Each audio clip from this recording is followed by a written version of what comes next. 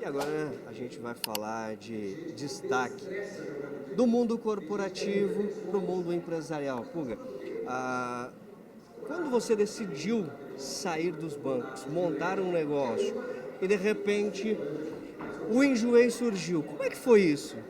Cara, na verdade eu era consumidor do Enjoei, era uma pessoa como outra qualquer, entre os 6 milhões de pessoas que compram alguma coisa lá. Conheci os fundadores por N razões pessoais. E aí, cara, eu acho que assim, boa parte do empreendedorismo é iniciativa. Não caiu no meu colo, não recebi um convite. Eu fui lá, bati na porta, falei, cara, eu quero trabalhar com vocês, acho que eu posso contribuir, como é que faz, como é que a gente se une, como é que a gente monta forças, mas, cara, não quero ser seu empregado, só topo se de fato a gente conseguir ser sócio. E assim foi. Então, assim, eu acho que quando você tem uma veia empreendedora e você não está fundando alguma coisa, de fato você tem que comprar a sua participação, buscar a sua participação. Você pode emprestar ela com conhecimento, com dinheiro, mas não existe outra forma de você ser dono do seu próprio nariz do que tomando iniciativa, né? A menos que você queira ser empregado dos outros. Aí você tem convite para o emprego, as pessoas te fazem ofertas, vem trabalhar para mim, vem. Agora, se você de fato estiver procurando alguma coisa, não cai no colo. Ninguém é dono de nada porque recebeu um convite. Então comigo não foi diferente. Pois é, e tu saiu, decidiu, né? Sair, romper de uma instituição financeira. A gente sabe muito bem que talvez o sonho de muita gente por muito tempo foi ingressar, né, ter um emprego estável. E quando que foi esse start que tu entendeu realmente, opa, eu preciso mudar de vida? Perfeito. Cara, é muito isso, assim, eu pelo menos tenho uma história privilegiada, porque antes de eu ter esse emprego estável, eu empreendi. Eu já tinha que pagar minhas próprias contas, eu tinha a vivência do que era abrir um negócio, cara, e ter que pagar imposto, e ter que pagar todo mundo e ver se sobrava alguma coisa pra mim.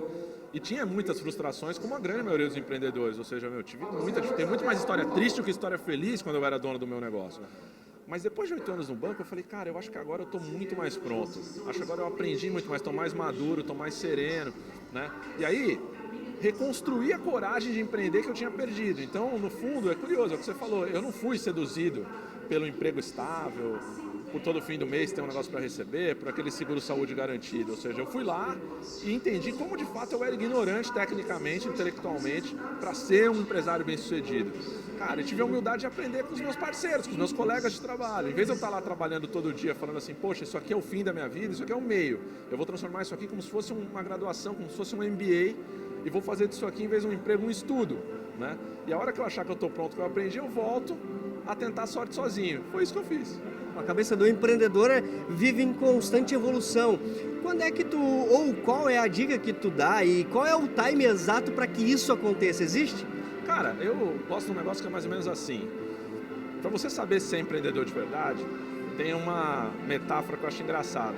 Quando a gente está num momento muito vulnerável, muito difícil, que as pessoas falam que é na beira da morte, tem uma história que passa um filme na sua cabeça. E é o filme do começo da sua vida. Puta, meu, quem eu era? Você lembra da sua mãe, você lembra da sua infância, você lembra seus traumas, suas coisas. Empreendedor é um cara que acha que está na beira da morte, em vez de pensar no passado, pensa no futuro. Se você é uma pessoa que está num momento muito frágil, muito vulnerável, a hora que você fecha o olho, em vez de você ficar olhando a retrospectiva da sua vida, você fecha o olho e tenta enxergar o que sua vida poderia ter sido, você é empreendedor. Isso está dentro de você. Então permita acreditar que você é uma pessoa que se preocupa mais com o que está por vir do que o que já foi. Quem olha para o futuro e não olha para o passado é empreendedor. Às vezes a pessoa não sabe, ela não acredita em si mesma. Só que isso que eu acabei de contar, você não desenvolve. Essa vontade, essa predestinação e essa intenção de acreditar mais para frente do que para trás tem em algumas pessoas. Para mim, o grande desperdício é pessoas que são assim, que não têm coragem, não têm iniciativa e não têm motivação. Então, se você é uma pessoa que quando está num momento muito difícil, complicado, e fecha os olhos, em vez de olhar para o passado e pensa num futuro melhor, você deve empreender. Arrume dinheiro, arrume um sócio, arrume alguém que acredite em você, venda tudo que você tem, mas comece seu negócio. A gente falando de Enjoei, né? Você entendeu esse negócio como realmente um negócio da sua vida, foi para dentro e empreendeu ali dentro. Talvez isso sirva de lição também para jovens, para pessoas que estão buscando e que às vezes não são os fundadores, são aquelas pessoas que vão se juntar, vão somar forças para fazer o negócio acontecer. Como é que tu olha o início do Enjoei e agora nesse tamanho? Puta, excelente pergunta, brilhante.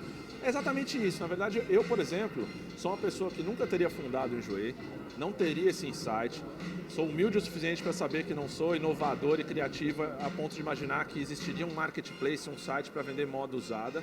Mas hoje eu sei, a partir do meu conhecimento, o quanto que eu posso agregar num negócio que tem 10 anos e ainda funciona com modos muito parecidos de como foi fundado. E aí é isso, é normal, o fundador está lá dentro. Ele vive os 10 anos, ele respira aquilo todo dia. Ele não teve o que eu passei os 10 anos da minha vida fora do ambiente que ele está. Então eu acho que a história de... Por isso que eu conto, acho que assim, a vida dos negócios, ela é um eterno sobe e desce. A gente tem que olhar muito para dentro, mas a gente tem que olhar muito para fora. Quando você olha muito para dentro, você perde a perspectiva do que está acontecendo, você pode capotar o seu negócio. Quando você olha muito para fora, você perde o controle dos processos internos, também você pode capotar seu negócio. Então, o que acontece hoje, especificamente no Enjoei, é que eu tenho um sócio muito focado para dentro, é um tarado, ele sabe cada vírgula que acontece naquela empresa, e eu sou um cara que traz o arcabouço externo de fora.